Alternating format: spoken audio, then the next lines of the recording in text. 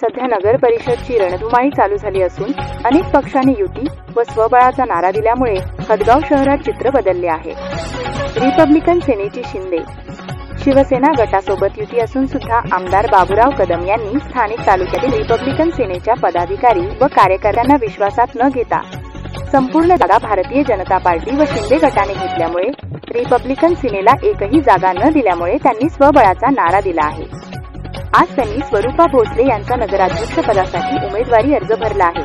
त्यामुळे येणाऱ्या काळात यांचा परिणाम शिंदे गटावर काय होईल असा प्रश्न तालुक्यातील जनतेला पडला आहे।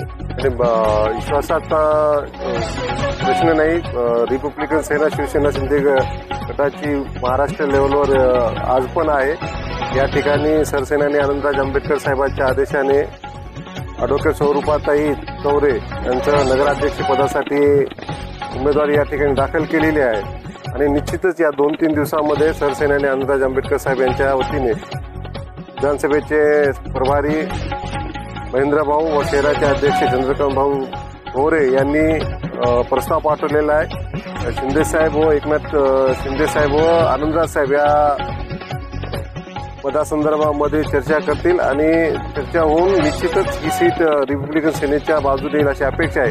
नाही झाली तर आम्ही या ठिकाणी मैत्रीपूर्व लढत लढायला तयार आहोत। आजच्या काळामध्ये समाजाला परिवर्तनाची अपेक्षा आहे।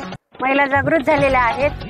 जर मला नगराध्यक्ष पदासाठी त्यांनी निवडून दिले, संधी दिली तर मी नक्कीच सर्वांगीण विकास करेन। महिलांसाठी आणि युवकांसाठी रोजगाराच्या संधी उपलब्ध करेन। सार्वजनिक पूर्णपणे विकास करण्याचा प्रयत्न करेन। आनंदराज आंबेडकर साहेबांनी दाखवलेला विश्वास तसेच शिंदे साहेबांनी दाखवलेला विश्वास, या विश्वासाला पात्र होऊन मी सर्व पदाधिकाऱ्यांचे आभार मानून या जर नगराध्यक्ष पदासाठी निवडून आले तर सर्वांचेच मी आभार मानून नक्कीच विकासासाठी प्रयत्नशील असेल।